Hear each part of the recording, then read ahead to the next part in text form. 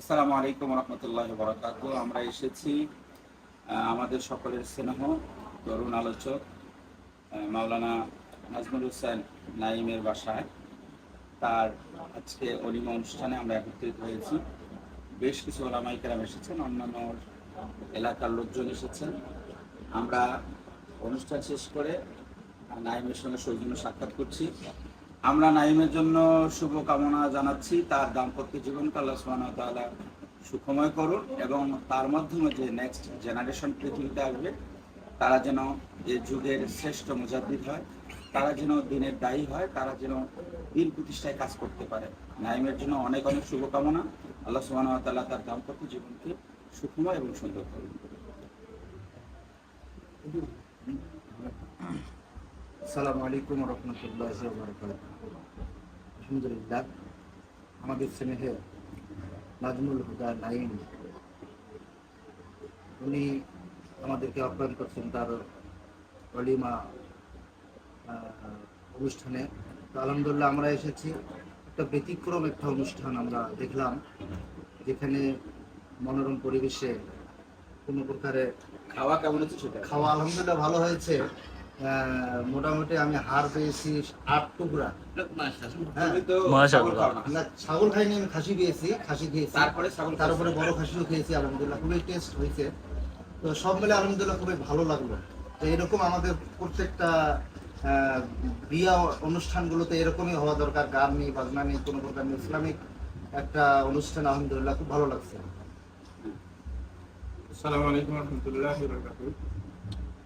Facebook বন্ধুগণ যে যেখান থেকে দেখছেন আমাদেরকে, আমরা আজকে এসেছি আমার স্নেহের ছোট ভাই নাজমুল হুদা নাইম তার শুভ বিবাহ অনুষ্ঠানে, অলিমা অনুষ্ঠানে আমরা এসেছি। আমরা আমরা তার জন্য দোয়া করি।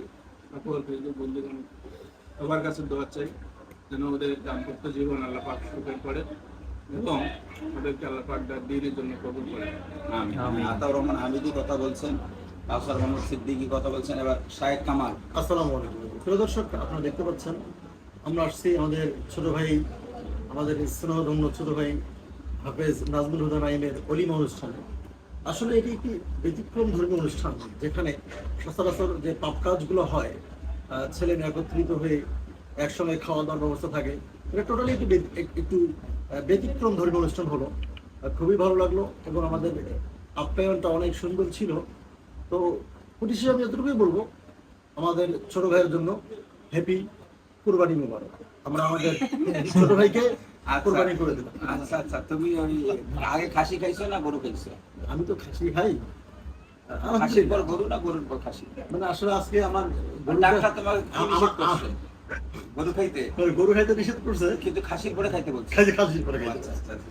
2 পিস করে খাইতে বলছে, 2 পিস করে যত খাওয়া যায়, তুমি 2 পিস করে খাবা, যত খাওয়া যায় 2 পিস করে। 18-20 পিস যা খাবা। তার মানে এখানে দুইজন খাসির গোস্ত খাওয়াইয়া নাকি? না, আমি খাসি খেয়েছি, কিন্তু বড় খাসিও খেয়েছি। বড় আপনি খাসির টেস্টটা তো অতুলনীয়। ভাবি কি নিষেধ করছিল আপনাকে যে আপনি গরু গোস্ত খাবেন না? বারবার ঈদের আগ থেকে বলছে কোরবানির মাংস খাওয়ার পর তারপরে আর বড় গরু খাওয়া যাবে না। তারপরে আমি চেষ্টা করেছি বন্ধ করে, কিন্তু পারিনি। এত টেস্ট হয়ে গেছে যে আলহামদুলিল্লাহ। নাইমের জন্য শুভকামনা। নাইমের কাছ থেকে আমরা কিছু শুনছি। আসসালামু আলাইকুম। প্রিয় বড় ভাইয়েরা যখন আসে ইনভাইট করার পরে আসলে মনের মধ্যে একটা অফুরন্ত ভালোবাসা পয়দা হয় এবং আনন্দ স্বাচ্ছন্দ্য বোধ এটা মনে হয়। আলহামদুলিল্লাহ, প্রত্যেক ভাইয়েরা আমি যাদেরকে ইনভাইট করেছি, ভাইয়েরা সকলেই দিনের কাজে জড়িত এবং সকলেই ব্যস্ত। যেহেতু ঈদের কয়েকদিন পরে হয়েছে, সকলেই দাওয়াত ছিল বেশিরভাগই। বিশেষ করে কামাল ভাই বলেছে, কাউসার ভাই বলেছে যে দাওয়াত আছে অনেকগুলো। তারপরে আমার ভালোবাসার খাতিরে, দিনের খাতিরে এটা একটা ভালোবাসার টানে তেনারা আসছেন। সকলেরই ব্যস্ততা আছে, সুবিল ভাইয়েরও আছে, হানিফ ভাইয়েরও আছে। সকলেই আমার কথা, আমি ছোট মানুষ, আমার কথা তেনারা গ্রহণ করেছেন এবং ভালোবাসার টানে আসছেন আমার বাসায়। যেটাই হয়েছে আলহামদুলিল্লাহ, তেনারা এসেছেন, এজন্য আমি সকলকে জাযাখাইর জানাই।